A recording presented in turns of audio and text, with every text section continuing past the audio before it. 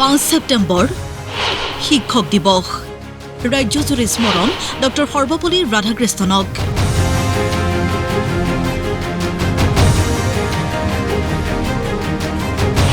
ডিব্ৰুগড়ত কেন্দ্ৰীয় শিক্ষক দিৱসৰ কাৰ্যসূচীত মুখ্যমন্ত্ৰী ডক্টৰ হিমন্ত বিশ্ব শৰ্মা শিক্ষক দিৱসৰ দিনাই শিক্ষক সমাজক শিক্ষাবৃত্তিক ঢাল তৰোৱাল হিচাপে ব্যৱহাৰ নকৰিবলৈ পৰামৰ্শ মুখ্যমন্ত্ৰীৰ যিসকল প্ৰকৃত শিক্ষক তেওঁলোকে শিক্ষকতাক ঢাল আৰু তৰোৱাল হিচাপে ব্যৱহাৰ নকৰে কিন্তু যিসকলে শিক্ষকতা নকৰে চাকৰি কৰে তেওঁলোকে শিক্ষকতাক ঢাল আৰু তৰোৱাল হিচাপে ব্যৱহাৰ কৰে মই ভাবো যে ঢাল আৰু তৰোৱাল হিচাপে ব্যৱহাৰ কৰা শিক্ষকতাই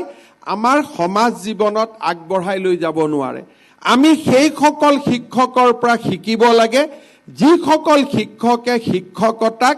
এক পবিত্ৰ ব্ৰত হিচাপে জীৱনত গ্ৰহণ কৰিছে এক সমাজক জ্ঞানৰ আলোকেৰে আলোকিত কৰাৰ ব্ৰত হিচাপে গ্ৰহণ কৰিছে 5 ছেপ্টেম্বৰৰ শিক্ষক দিৱসত আমি সকলো শিক্ষকক শ্ৰদ্ধা জনাবলৈ সমবেত নহওঁ আমি সেইসকল শিক্ষকক শ্ৰদ্ধা জনাবলৈ সমবেত হওঁ যিসকলে শিক্ষকতাক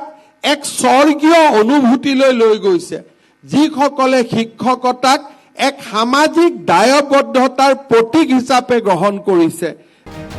ডিব্ৰুগড় বিশ্ববিদ্যালয়ৰ ৰংঘৰ প্ৰেক্ষাগৃহত অনুষ্ঠিত শিক্ষক দিৱসৰ কাৰ্যসূচীত অংশগ্ৰহণ কৰি মুখ্যমন্ত্ৰীগৰাকীয়ে 2030 চনৰ ভিতৰত ৰাজ্যত 100খন বিশ্ববিদ্যালয় হ'ব বুলি ঘোষণা কৰে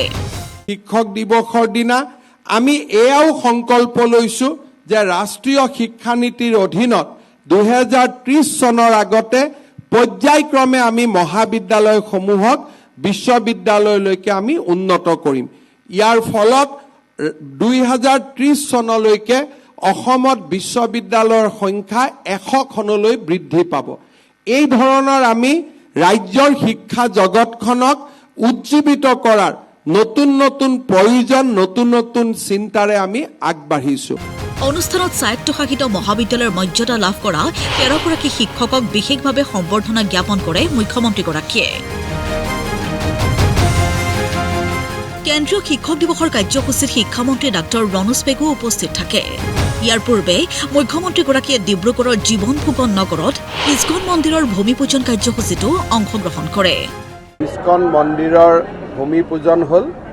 আৰু এই পবিত্ৰ ধৰ্মীয় অনুষ্ঠানটোত যোগ দিবলৈ পাই